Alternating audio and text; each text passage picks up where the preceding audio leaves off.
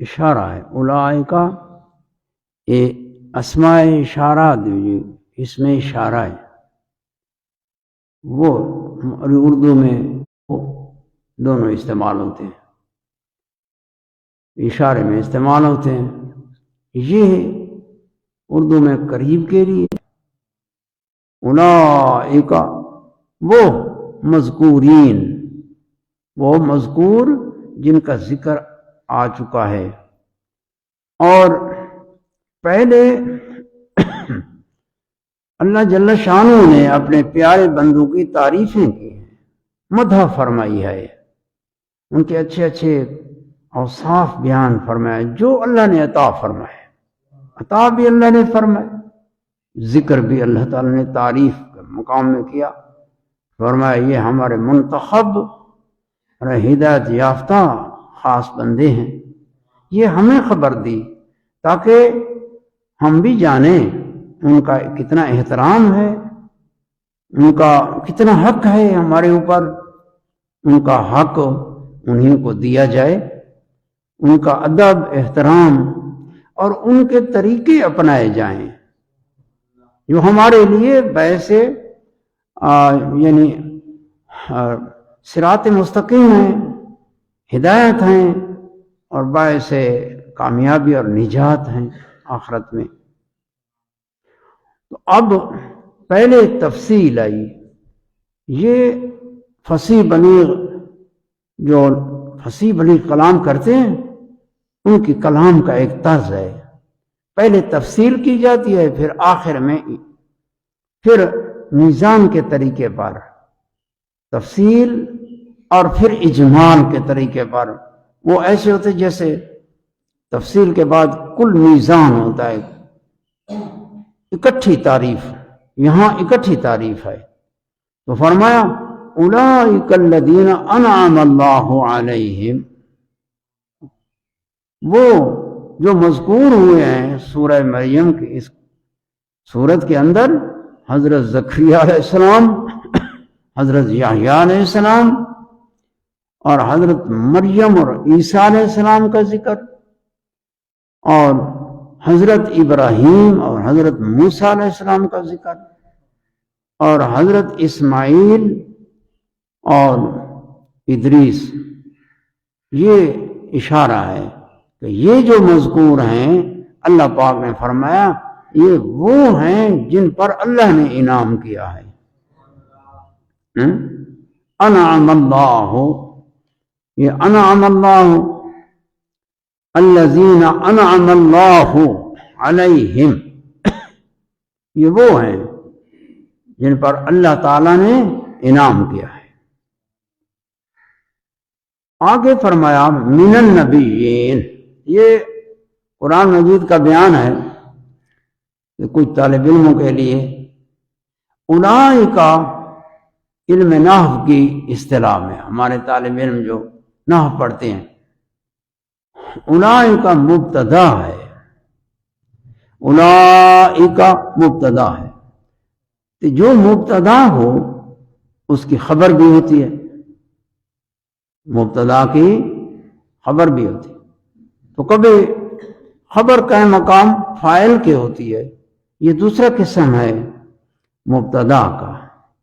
ایک مبتدا ہے جس کی خبر ہے صراحتاً، دوسرا مبتدا وہ ہے جو اس کی خبر نہیں ہے لیکن وہ قائم مقام خبر کے ہوتا ہے.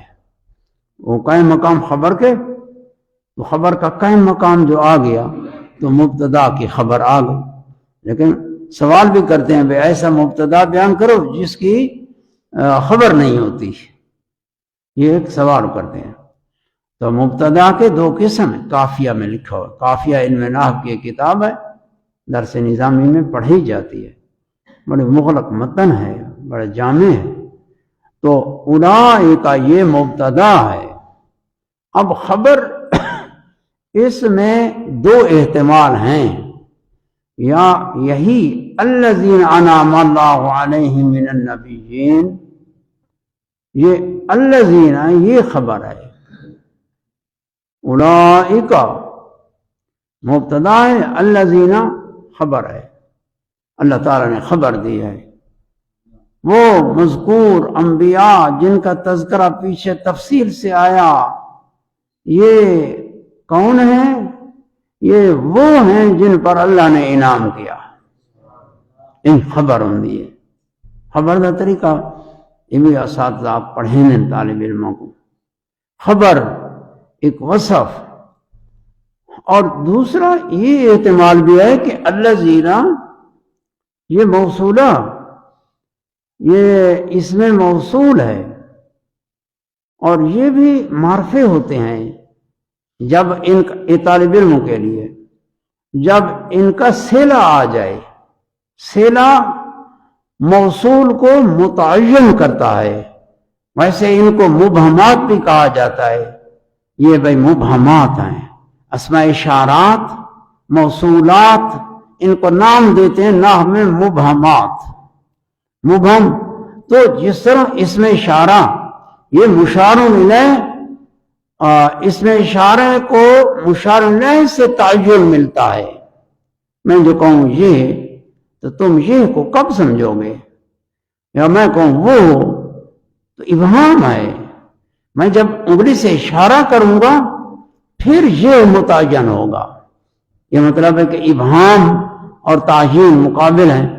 تو ابہام اس وقت ہے کہ صلہ نہ ہو۔ جب صلہ آ جاتا ہے، موصول کا صلہ وہ جملہ ہوتا ہے، کبھی جملہ اسمیہ، کبھی فعلیہ ہوتے خبریے ہیں۔ تو الذین یہ موصول ہے، یہ اپنے صلے کے ساتھ مل کے یہ پھر صفت ہیں اولئک کی۔ جب اولئک یہ موصوف صفت ہو جائیں تو پھر یہ پھر موصوف صفت، موصوف اپنی صفت کے ساتھ مل کے مبتدا ہوگا۔ جب یہ مبتدا ہے تو پھر خبر کیا ہے؟ یعنی خبر آگے جملہ جو ہے اذا تتلی علیہم، یہ سجدہ بھی ہے اس میں، تو میں اس لیے پڑھنے سے کہ تمہارے اوپر سجدہ واجب ہو جائے گا تو احتیاط کر رہا ہوں، لیکن ذکر تو ضرور آتا ہے۔ اذا تتلی علیہم، یہ جملہ یہ خبر ہے۔ اب اس طرح معنی کریں گے، اولئک وہ مذکور، وہ جو اللہ تعالیٰ نے ان پر انعام کیا ہے، وہ مذکور، ایسے جن پر اللہ نے انعام کیا، من النبیین، وہ نبی ہیں، وہ نبی ہیں، اور آدم کی ذریت سے ہے، اولاد آدم سے ہے، اور ان سے ایک تخصیص در تخصیص آ رہی ہے۔ یہ قرآن مجید ہے، بہت اعلیٰ درجے کی کلام ہے، بشر کی طاقت سے باہر ہے۔ وَمِمَّنْ حَمَلْنَا مَعَ نُوحٍ وَمِنْ ذُرِّيَّةِ إِبْرَاهِيمَ وَإِسْرَائِيلَ، دیکھ اللہ دے نبیان کا ذکر ہے۔ اور من النبیین، یہ من النبیین گئے، اس میں تعمیم ہے۔ پھر آگے فرمایا من ذریت آدم، اس میں پھر تخصیص آ گئی، کیونکہ ذریت کی اضافت ہے آدم علیہ السلام کی طرف، اور ظاہر ہے کہ مضاف الیہ خارج ہوتا ہے، من النبیین میں داخل ہے، لہذا وہ تعمیم ہے۔ من ذریت آدم، اس میں پھر تخصیص ہے ایک لحاظ سے۔ اور پھر وَمِمَّنْ حَمَلْنَا مَعَ نُوحٍ، یہ ممن حملنا مع نوح وہ ہیں جو نوح علیہ السلام کے ساتھ سفینہ میں تھے، بیڑے میں۔ نوح علیہ السلام کا بیڑا تھا جو طوفان آیا تھا، تو اس بیڑے میں جو تھے حضرت نوح علیہ السلام کے ساتھ تھے، ان کی اولاد۔ اب وہ یہ تخصیص بعد تخصیص ہو گئی، اور پھر فرمایا ذریت ابراہیم و اسرائیل، اور ذریت ابراہیم، ابراہیم کی ذریت اولاد، نسل، ذریت ابراہیم علیہ السلام کی حضرت اسحاق، اسحاق نبی ہے، حضرت اسحاق، حضرت اسماعیل علیہ السلام، وہ بھی بیچ آ گئے، حضرت اسحاق، پھر یعقوب و اسرائیل جو قرآن نے بیان فرمایا، من ذریت ابراہیم و اسرائیل. اسرائیل یہ حضرت یعقوب علیہ السلام کا نام ہے. کہیں اسرائیل فرمایا یا بنی اسرائیل، اے اسرائیل کے بیٹے. اسرائیل بنی اسرائیل قوم کو، اسرائیل کے بیٹے، یہ یعقوب کے بیٹے ان کی اولاد سے ہیں. حضرت اسرائیل یعقوب نبی ہیں، آپ کی ذریت سے ہیں حضرت موسیٰ علیہ السلام، حضرت ہارون علیہ السلام، اور یہ جن کا تذکرہ پیچھے آیا، اور حضرت ہارون بھی اس میں آ گیا، اور حضرت یحییٰ، حضرت زکریا اور حضرت عیسیٰ علیہ السلام. یہ یعقوب نبی کی ذریت سے ہے. بیان کا مقصد اب یعنی اللہ جل شانہ نے پہلے تفصیل فرمائی اور ایک ایک اپنے پیارے کا ذکر کیا، اپنے پیارے بندے کا ذکر کیا، اور ان کے اچھے اوصاف بیان کیے، تعریف فرمائی، شانیں بھی خود دی اور تعریف بھی خود کی. سب سے بڑی تعریف وہ ہے جو اللہ تعالیٰ کرے، سمجھے؟ کیونکہ اللہ تعالیٰ جو تعریف کرتا ہے ایسی تعریف دوسرا کوئی نہیں کر سکتا. ہاں، آخر بندہ بندے کی تعریف کرتا ہے. اللہ تعالیٰ نے جو اپنی تعریف کی، اپنی ذات کی، صفات کی، ایسی تعریف بندہ نہیں قادر. اس لیے نبی پاک صلی اللہ علیہ وسلم نے تواضع فرمائی، ذکر فرمایا، عاجزی فرمائی، اللہ کی بارگاہ میں ادب بجا لائے. لا احصی ثناء علیک، اے اللہ میں تیری ثنا کی طاقت نہیں رکھتا. لا احصی ثناء علیک انت کما اثنیت علی نفسک، یا اللہ جس طرح تو نے اپنی ذات کی تعریف کی ہے، ثنا کی ہے، میں ایسی ثنا کی طاقت نہیں رکھتا. وہ ثنا ہے جو اللہ کرتا ہے، وہ خاص ہے. تو اللہ تعالیٰ نے اپنے بندوں کی تعریفیں کی. یہ ایسی تعریف ہے جو اور کی بس کی بات نہیں ہے. تو کمالات دیے اور مدح فرمائی. یہ ہمیں تعلیم ہے کہ اللہ کے پیارے بندوں کی تعریف کی جائے. اس سے اللہ راضی ہوتا ہے. جو حکم فرمایا وَاذْكُرْ فِي الْكِتَابِ ابراہیم، اے میرے محبوب کہ ابراہیم کا تذکرہ کریں. ابراہیم رسول اللہ صلی اللہ علیہ وسلم سید الانبیاء ہیں، اور ابراہیم رسول اللہ صلی اللہ علیہ وسلم حبیب اللہ ہیں، ابراہیم خلیل اللہ ہیں. اللہ اپنے حبیب کو حکم فرماتا ہے کہ میرے خلیل کا ذکر کرو. تو نیک بندوں کا ذکر یہ اللہ کو پسند ہے. وہ ذکر اللہ کو پسند ہے کہ ذکر کیا جائے. اور ذکر کے طرز ایسے ہیں کہ پہلے تفصیل ہے، اب جو آیا اجمال، یعنی جملہ کی تعریف اکٹھی. آگے ایک ایک کی تعریفیں، ان کی نبوت کا بیان، مرتبے کا بیان، صدق کا بیان، رفعت ذکری کا بیان، مرتبے کا بیان، اب اکٹھا من جملہ تعریف فرمائی ہے. تو من النبیین یہ بیان ہے الذین کا، کہ وہ کون ہیں جن پر اللہ نے انعام کیا. یعنی اللہ نے جن پر انعام کیا وہ نبی ہیں اللہ کے. سمجھے نا؟ اور مقام پر بھی ہے من یطع اللہ ورسولہ، یا ہم دعا مانگتے ہیں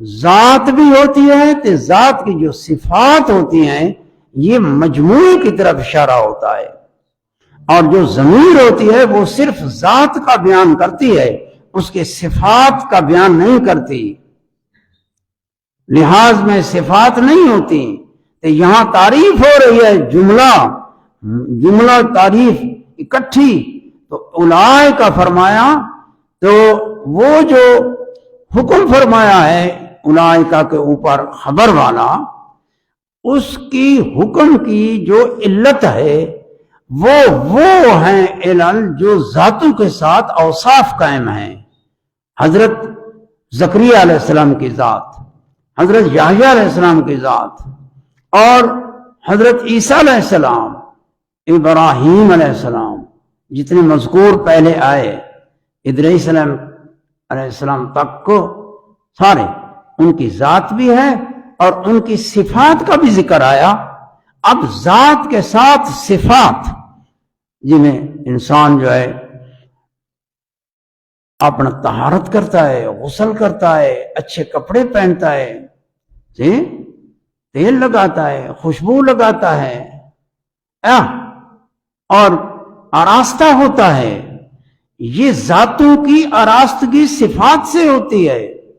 تو اللہ تعالیٰ نے ضمیر کی جگہ اشارہ اولائکا فرمایا کہ اولائکا کے اوپر جو مبتدا ہے اور آگے خبر ہے، وہ اس خبر کا حمل ہے، اس حمل کی علت کی طرف بھی اشارہ ہے، اور تعریف بھی ہے کہ ان کی تعریف یہ کہ اللہ پاک کے یہ بلند مرتبہ اشخاص ہیں اور ان کے یہ اعلیٰ درجے کی صفات ہیں۔ اولئک الذین، اولئک، اور ایک بات، اور دوسرا اولئک، بھئی ذکر تو قریب ہے، ما قبل مشار الیہ کا ذکر قریب ہے، کہ اشارہ بعید کا، تو فرمایا یہ بھی ایک علم معانی اور بدیع بیان کا ایک طرز ہے۔ قرآن مجید اگر تفسیر کی جائے تو اس میں ان علموں کا بہت زیادہ دخل ہے، علم معانی، علم بیان، علم بدیع، اور یہ بڑے اہم علوم ہیں۔ اس سے قرآن پاک کا اعجاز بندے کے سامنے آتا ہے۔ اعجاز کا معنی ہے کہ قرآن ایسا کلام ہے جو بندوں کو عاجز کر دیتا ہے، کوئی بندوں سے اس کا مقابلہ نہیں کر سکتے، قرآن مجید کا مقابلہ کوئی نہیں کر سکتا، یہ معجز ہے، عاجز کر دینے والی کلام ہے، سمجھے؟ تو اللہ پاک نے جیسے فرمایا کہ سارے فصیح ولی اکٹھے تھے، وہ سارے اکٹھے تھے، جنوں کو بھی بلائے اگر تمہارے ساتھ دیں، وَدْعُوا شُهَدَاءَكُمْ، سب کو بلاؤ کہ تم سارے مقابلہ کرو، مقابلہ نہیں کر سکتے، یہ وہ کلام ہے۔ تو اس کلام کے اسرار، وہ جو بلند رتبہ کتاب ہے، تو معجز کلام ہے، اس کے اعجاز کے وجوہ ہیں، کتنے وجوہ ہیں؟ کوئی ایک وجہ ہے؟ بہت وجوہ ہیں، ان میں ایک وجہ ہے کہ قرآن معجز کلام ہے، کہ فصاحت بلاغت کی انتہا کو پہنچی ہوئی کلام ہے۔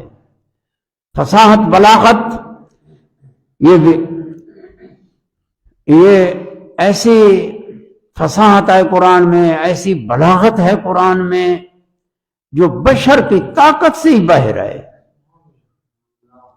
بشر ایسی کلام نہیں بول سکتا، بشر ایسی کلام نہیں بول سکتا۔ اس کی فصاحت کی، میں بلاغت کی، میں اگر تمہیں تفہیم کے لیے بیان کروں تو شاید تمہارے ذہن قریب ہو، جو اللہ تعالیٰ کی کلام ایسی کلام ہے کہ فصاحت بلاغت کی انتہا کو پہنچی ہوئی ہے، انتہا اتنی کہ بشر کی طاقت سے باہر ہے کہ ایسی کلام بول سکے۔ تو اولئک، اس میں اشارہ یہ رکھا، اس میں اسرار ہیں. یہ اشارہ بعید کا ذکر فرمایا، اور بعید کا اشارہ، اس میں اشارہ یہ دلالت کر رہا ہے کہ جو مشار الیہ ہے نا، یہ اشارہ جو بعید کا ہے، ایک بعد مسافت ہے. مدینۃ الرسول یہاں سے دور ہے اور کعبہ بیت اللہ دور ہے. یہ بعد مسافت ایک بعد رتبہ ہے.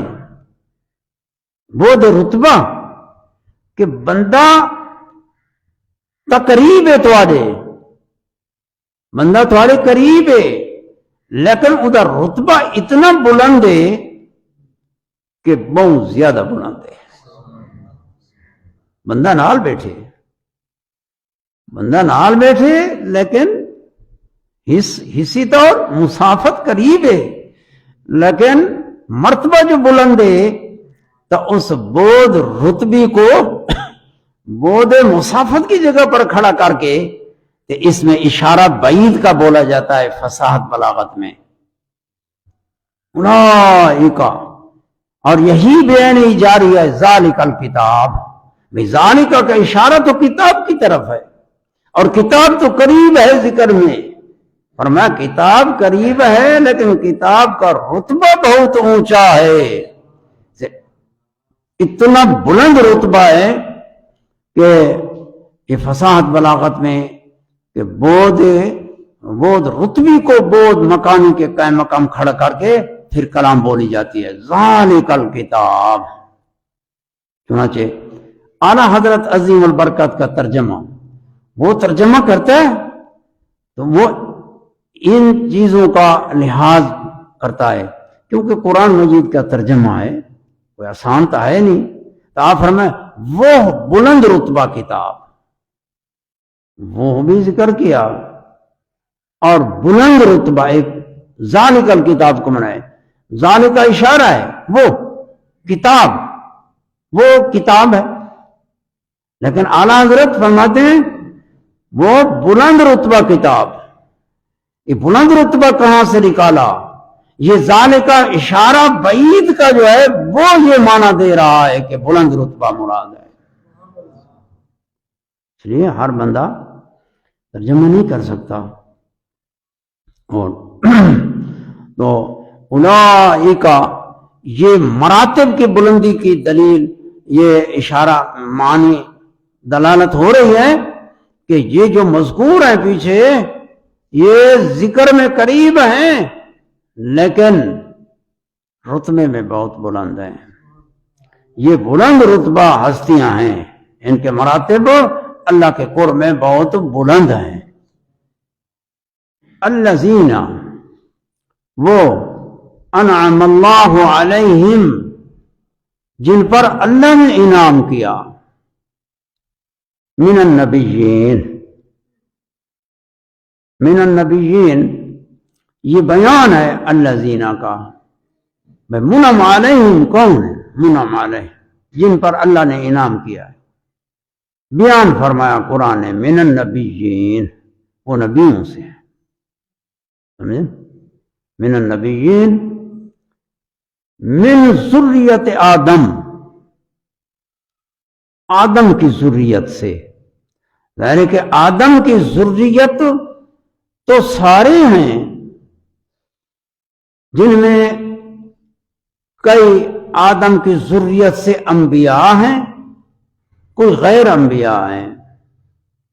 تو یہ فرمایا گیا من ذریت آدم، یہ من النبیین من ذریت آدم، آدم علیہ السلام کی اولاد سے. وَمِمَّنْ حَمَلْنَا مَعَ نُوحٍ، من النبیین بھی آ گیا، من ذریت آدم بھی ذکر فرمایا. من ذریت آدم سے کس کی تعیین فرمائی ہے؟ یہ ادریس علیہ السلام کا بیان کیا ہے. ایک من جملہ من ذریت آدم، حضرت ادریس علیہ السلام ذریت آدم سے ہیں. آدم کی ذریت، یعنی آدم کے جو بیٹے ہیں، تو تو آدم کے بیٹے ہیں، ذریت ہوئے، اور باقی انبیاء علیہ السلام یہ بعد میں ہیں۔ ادریس علیہ السلام یہ پہلے ہیں۔ ادریس آپ نبی بھی ہیں، اور صحیح تر قول یہی ہے کہ آپ رسول بھی ہیں، نبی بھی ہیں اور رسول بھی ہیں، کیونکہ قرآن مجید میں فرمایا وَرَفَعْنَا مَكَانًا عَلِيًّا کہ اللہ تعالیٰ نے انہیں بہت بلند مقام پر رفعت بخشی ہے، بلند کیا ہے۔ اس کی میں نے دو معنی کیے تھے، ایک مکان کے اعتبار سے بلندی کہ آسمانوں میں آپ آسمانوں میں اٹھائے گئے ہیں، جس طرح حضرت عیسیٰ علیہ السلام، اسی طرح حضرت ادریس علیہ السلام بھی آسمانوں میں، اس میں اقوال ہیں، اور وہ آپ جنت میں ہیں۔ ایک قول ہے کہ آپ چھٹے آسمان میں ہیں، ایک اور ہے کہ چوتھے آسمان میں، زیادہ صحیح چوتھے آسمان میں، کہ متفق علیہ کی حدیث نبی پاک صلی اللہ علیہ وسلم معراج والی حدیث، اس میں جو ملاقات نبیوں کے ساتھ ہوئی ہے تو آسمانوں میں حضرت ادریس علیہ السلام کی چوتھے آسمان میں ذکر آیا ہے، اس حدیث سے معلوم ہوتا ہے۔ اب وَمِمَّنْ حَمَلْنَا مَعَ نُوحٍ، یعنی جو نوح علیہ السلام کے ساتھ کشتی میں سوار تھے ان کی ذریت سے، جو نوح علیہ السلام کے ساتھ کشتی میں سوار تھے تو وہ حضرت ابراہیم علیہ السلام ہے، یہ ذریت ممن حملنا، حضرت نوح علیہ السلام کے بیٹے، حضرت نوح علیہ السلام کے بیٹے وہ کشتی میں تھے، سام ان کا نام ہے، سام بن نوح، اور ابراہیم علیہ السلام ان کی اولاد سے، یہ ان کا ذکر ہے۔ ادریس یہ حضرت نوح علیہ السلام سے پہلے ہیں، ادریس حضرت نوح سے پہلے ہیں، تو وہ فرمایا من ذریت آدم، من ذریت آدم یہ اسرائیل ہے، ادریس علیہ السلام ہے۔ وَمِمَّنْ حَمَلْنَا مَعَ نُوحٍ یہ ابراہیم علیہ السلام ہے۔ وَمِن ذُرِّيَّةِ ابراہیم، یہ ابراہیم کی ذریت جو حضرت اسحاق اور حضرت موسیٰ، ہارون، حضرت زکریا، عیسیٰ، حضرت عیسیٰ علیہ السلام اور یہ حضرت ابراہیم علیہ السلام کے اولاد سے، یہ من ذریت ابراہیم ہے۔ و اسرائیل خود یعقوب نبی ہیں، اور یعقوب نبی آپ کے بیٹے ہیں اسحاق، بیٹے ہیں آپ کے حضرت یوسف علیہ السلام، حضرت یعقوب اسحاق کے بیٹے، تو پھر یعقوب کے آگے بیٹے حضرت یوسف علیہ السلام، یہ بھی اللہ کے نبی ہیں۔ وَمِمَّنْ هَدَيْنَا وَاجْتَبَيْنَا، اور وہ اللہ فرماتا ہے اور وہ ان سے، وہ منعم علیہم الذین انعم اللہ علیہم من النبیین وَمِمَّنْ هَدَيْنَا وَاجْتَبَيْنَا، یہ من النبیین کے اوپر عطف ہے، تو مانا پچھلی کلام کہ یہ مذکورین اللہ کے خاص بندے جن پر اللہ نے انعام کیا، یہ ان سے ہیں جن کو اللہ نے ہدایت دی، اللہ نے ہدایت دی اور اللہ نے انہیں چن لیا بیان شریعت کے لیے، بیان حقیقت کے لیے اور لوگوں کی رہنمائی کے لیے چن لیا۔ آگے فرمایا اذا تتلا علیہم،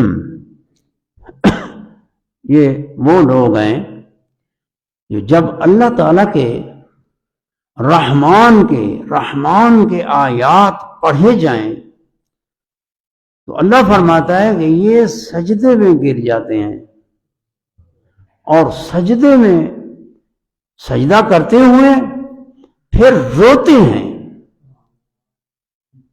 ایسے اللہ تعالیٰ کے حضور سجدہ ریز ہوتے ہیں، یہ اطاعت ہے۔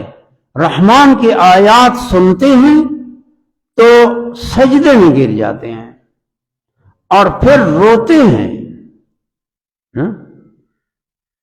یہ میں تلاوت کروں نا تمہارے پر سجدہ واجب ہو جائے گا، تو میں تلاوت ترجمہ کر رہا ہوں کہ اللہ تعالیٰ نے فرمایا یہ خاص بندے جن پر اللہ نے انعام کیا نبیوں سے ہیں، اور جب ان پر رحمان کے آیات تلاوت کیے جائیں تو یہ سجدہ ریز ہو جاتے ہیں اور سجدوں میں پھر روتے ہیں.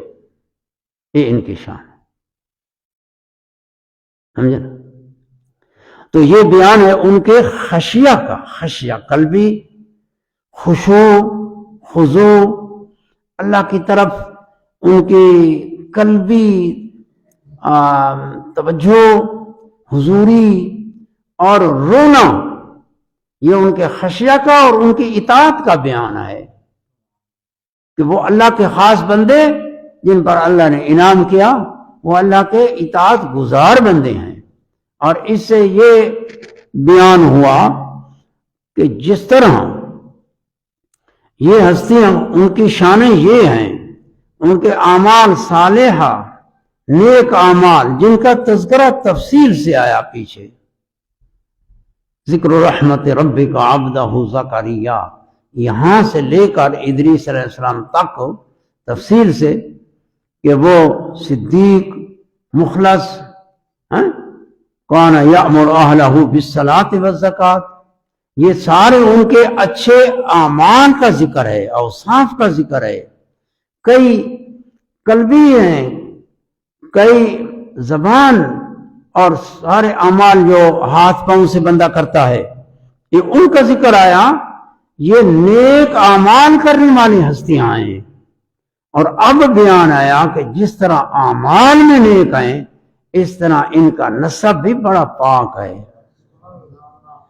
یہ حسبی بھی ہیں اور نسبی بھی ہیں. یہاں فرمایا من النبیین من ذریت آدم. یہ دیکھو حضرت ادریس علیہ السلام تو آدم بھی نبی، حضرت شیس علیہ السلام بھی نبی، اور ادریس علیہ السلام بھی. تو یہ ایک نسب ہے. اور ان کے نسب ممن حملنا مع نوح من ذریت ابراہیم، من ذریت ابراہیم، یہ نسب کا بیان ہے. تو جس طرح یعنی اچھے اعمال وہ تعریف میں ہوتے ہیں، ایک اچھے نسب کا بیان بھی تعریف میں ہے. ایک حدیث میں آپ کو پیش کرتا ہوں.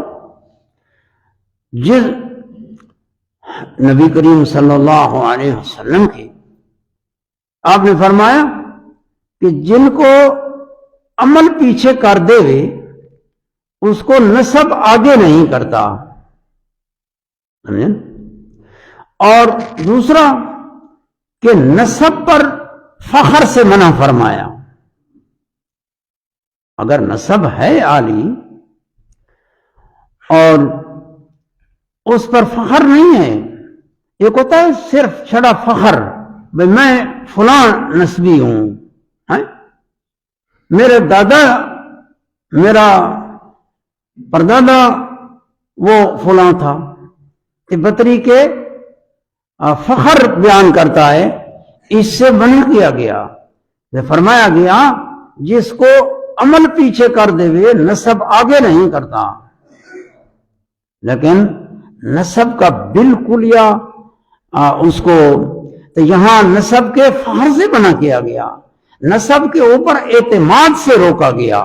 بھئی نسب پر اعتماد کر کے بیٹھے نہ رہو بلکہ انہی والے کردار کرو. کارکن کہ کار دارت کار، کم کرو کہ کام سے کام بنے گا. یہ نسب پر اعتماد اس سے روکا گیا، اور نسب سے فخر کرنا اس سے بھی روکا گیا. لیکن اگر فی نفس سے نسب ہے پاک تو وہ ایک تعریف، ایک مدح ہے. جیسے اللہ جل شانہ نے اپنے پیارے نبیوں کی تعریفیں کی ان کے اچھے اوصاف سے، اور پھر جب جملہ بیان فرمایا تو ان کے اچھے نسب کا بیان فرمایا. لیکن جہاں فرمایا کہ جس کو عمل پیچھے کر دے نسب آگے نہیں کرتا وہ اس کا اپنا محمل ہے، یہاں یہ بیان ہے اس کا اپنا محمل ہے، خلط ملط نہیں کرنا چاہیے۔ اور نسب کا فائدہ بھی آیا، نبی پاک صلی اللہ علیہ وسلم کی حدیث، آپ نے فرمایا قیامت کے دن سب انساب منقطع ہوں گے لیکن میرا نسب وہاں منقطع نہیں ہوگا۔ اور نسب جو ہے اگر اتباع ایمان میں باقی رہی تو بزرگوں کی بزرگی اور ان کا جو کردار ہے اللہ کے نزدیک مقبول بندے ہیں، ان کے اولادوں کو نوازا جائے گا، اور یہ قرآن مجید میں ہے۔ والذین آمنوا واتبعتهم ذریتهم بایمان الحقنا بهم ذریتهم، الحقنا بهم ذریتهم، یعنی اتباع ایمان میں ہے لیکن عمل میں کمی ہے، عمل میں کمی ہے، ایمان میں اتباع ہے، وہ بزرگ تھے اچھے کردار والے، ان جیسا عمل نہیں ہے اولادوں میں، لیکن اولادیں ہیں ایماندار، تو اللہ پاک نے الحقنا بہم ذریتہم، قیامت دن انہوں کو ہم ان کے ساتھ ملائیں گے۔ اس سے نسب کا ایک نفع معلوم ہوتا ہے، بالکل یہ نسب کو نظر انداز نہیں کیا جا سکتا۔ دیکھو حضرت ابراہیم، جب حضرت یوسف علیہ السلام نے آپ کے ساتھ جو قیدی تھے، دو قیدی، انہوں نے خواب دیکھا، تعبیر پوچھی، تو آپ نے فرمایا میں توام کھانے سے پہلے میں تمہیں تعبیر دوں گا۔ نے عرض کی کہ تو نیک معلوم ہوتا ہے۔ وہ دو ساتھی تھے قید خانے میں، وہ دونوں اس وقت کافر تھے، وہ دو ساتھی کافر تھے، بادشاہ کے قریبی تھے، بادشاہ ان پر ناراض ہوا تھا اور وہ قید کر دیا تھا۔ حضرت یوسف علیہ السلام کے ساتھ تھے۔ یا صاحب السجن، جو آپ نے فرمایا ہے اے میرے قید خانے کے ساتھی ہو، ہیں وہ کافر، آپ ان کو جب خطاب کرتے ہیں تو فرماتے ہیں میرے قید خانے کے ساتھی ہو، یہ ان کو تانیث ہے، ان سے دلانا ہے تاکہ بات کو سمجھیں۔ اب انہوں نے خواب دیکھا ہے اور آپ سے تعبیر پوچھتے ہیں، آپ امید لگاتے ہیں، ان کو امید دلاتے ہیں کہ میں آپ کو تعبیر دوں گا تمہارے روٹی کھانے سے پہلے، لیکن ایک بات میری سن لو۔ حضرت یوسف علیہ السلام نے انہیں تبلیغ کی، جب تبلیغ کی ان کو توحید بیان کی، تو توحید سے پہلے آپ نے جو ذکر کیا تو وہ یہ تھا وَاتَّبَعْتُ مِلَّةَ آبَائِي إِبْرَاهِيمَ وَإِسْحَاقَ وَيَعْقُوبَ، کہ میں نے اتباع کی ہے، وَاتَّبَعْتُ مِلَّةَ آبَائِي، میرے آبا کی ملت، میرے آبا و اجداد کی ملت، میرے آبا و اجداد کا دین، میرے آبا و اجداد کا طریقہ، میں ان کے طریقے پر ہوں۔ وہ آبا و اجداد کون ہیں؟ ابراہیم و اسحاق و یعقوب، ٹھیک ہے نا؟ آپ نے جو اپنے آبا و اجداد کا ذکر کیا، تو یہ آبا و اجداد کا ذکر یہ اس مقام میں یہ ایک یعنی سنانے والے کو کہ جب یوسف علیہ السلام نے ان کو تبلیغ کی، توحید کی دعوت دی، ایمان کی دعوت دی، وہ ساتھی تھے قید خانے میں، تو آپ نے اپنے آبا و اجداد کا ذکر کیا۔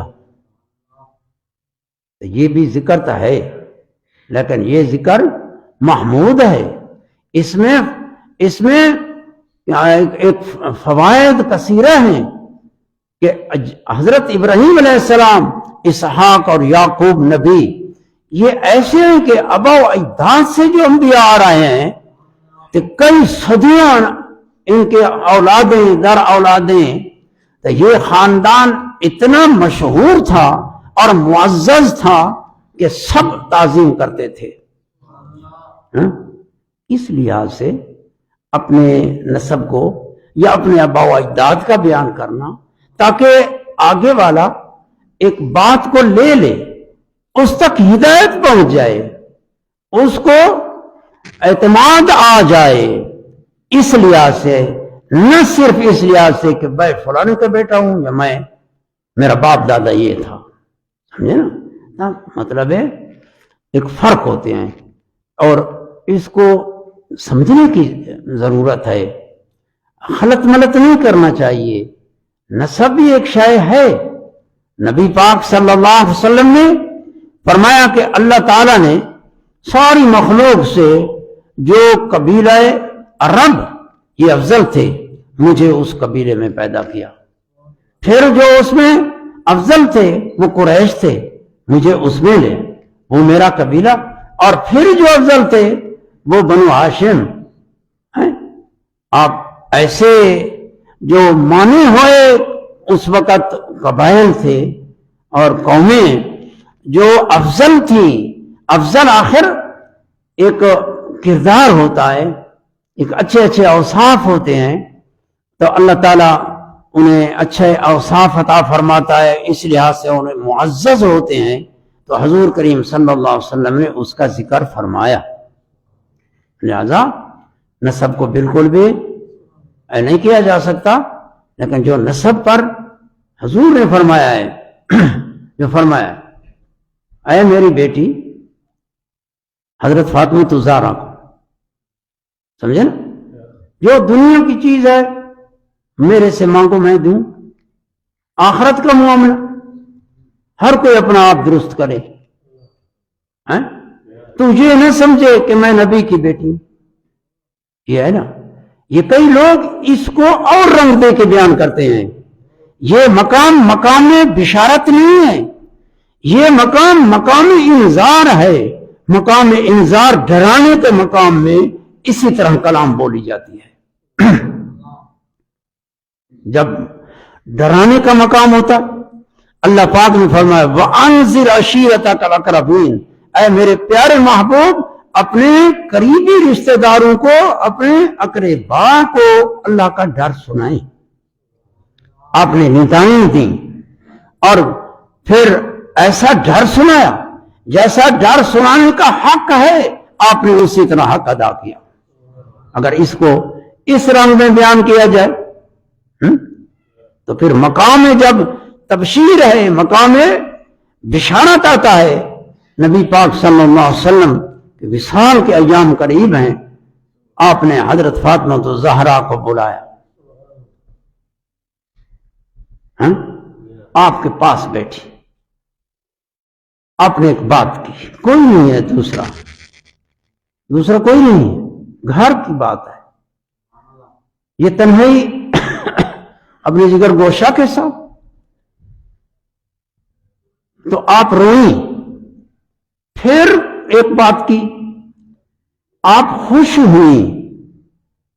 سمجھے نا؟ تو حضرت عائشہ صدیقہ رضی اللہ تعالیٰ عنہ باہر سے دیکھ رہی تھی. آپ پوچھتی تھیں تو آپ فرمایا کہ میں اللہ کے رسول کے راز فاش نہیں کرتی. وہ جو راز ہے، آپ کا وصال ہوا. حضرت ام المومنین پوچھتی رہی. پھر حضرت فاطمہ الزہرا نے بیان کیا کہ کتمان علم نہ بنے اور کئی شرطیں حیاتی تک ہوتی ہیں اور بعد وصال کے پھر اجازت ہوتی ہے. تو آپ نے یہ فرمایا کہ نبی کریم صلی اللہ علیہ وسلم نے اپنے وصال کی خبر دی، مجھے ہجران ہوا، مجھے افسوس آیا، میں روئی. اور پھر حضور نے جو فرمایا تو یہ فرمایا کہ یا فاطمہ تو اما ترضا، تو راضی نہیں ہے کیا کہ تو جنت کی عورتوں کی سردار ہو؟ ان تکونی سیدۃ نساء اہل الجنہ، کہ تو نساء اہل الجنہ، وہ اہل جنت کی عورتوں کی سردار سیدہ ہیں. اور نساء اہل الجنہ پہلے نبیوں کے زمانے کی عورتیں، حضور کی امت کے سب ہیں، تو جنت میں ہیں وہ عورتیں، تو سب کی سردار حضرت فاطمہ الزہرا ہے، تو جو جنت کی عورتوں کی سردار ہیں وہ جنتی ہیں۔ حضور فرماتے ہیں ہر کوئی اپنا معاملہ سیدھا کرے، آخرت کا معاملہ وہ مشکل ہے، آخرت کا معاملہ مشکل ہے، لہذا تم یہ نہ کہے کہ میں نبی کی دختر ہوں، اپنا معاملہ درست۔ یہ مقام کہاں اس کا حمل ہوگا؟ اس بیان کا حمل یہ ہے کہ یہ مقام انذار ہے۔ مقام انذار میں صرف ڈرانا ہوتا ہے تاکہ بندہ سارے علائق اور نسب اور دوسرا جو ہوتے ہیں تقیے یا کوئی بندے کے وہ ہوتے ہیں، تو ان کو توڑنے کے لیے صرف انذار میں یہ ہوتا ہے کہ عمل کرنا ہے۔ تم یہ نہ کہو کہ میں فلاں کا بیٹا ہوں یا میں فلاں کا نہ، لیکن جب تبشیر کا مقام آتا ہے تو بشارتیں ہوتی ہیں، تب بشارتوں میں پھر یہ ہوتا ہے کہ سیدات نساء اہل الجنہ، جو اہل جنت میں عورتیں ہیں، سب عورتوں کے سردارہ سیدہ فاطمہ زہرا ہیں رضی اللہ تعالیٰ عنہا ہے۔ اس کا یہ معنی نہیں ہے کہ اللہ کے نبیوں کی شفاعت ہی نہیں، ہر کوئی اپنا معاملہ خود کرے، آخرت کا معاملہ مشکل ہے، تو اس سے کوئی یہ کہے اللہ کے نبیوں کی شفاعت کا انکار کرے، یہ کر سکتا ہے؟ اللہ کے نبیوں کی شفاعت برحق ہے۔ من ذا الذی یشفع عندہ الا باذنہ، اور اللہ تعالیٰ جن سے راضی ہے اور جن کو شفاعت کا اذن ہے وہ شفاعت کریں گے، وہ شفاعت انبیاء بھی کریں گے اور شہداء بھی کریں گے، علماء بھی کریں گے، قرآن مجید کی شفاعت بھی ہے۔ تو یہ ہر ایک بات کا اپنا اپنا مقام ہوتا، تو اللہ تعالیٰ سمجھنے کی توفیق عطا فرمائے۔ تو وقت پورا ہو گیا ہے، اللہ تعالیٰ سے دعا ہے کہ اللہ تعالیٰ ہمارے اس بیان میں برکت فرمائے، تمہارے دلوں کو جلا بخشے اور رمضان شریف کی برکتیں عطا فرمائے۔ وآخر دعوانا الحمدللہ رب العالمین۔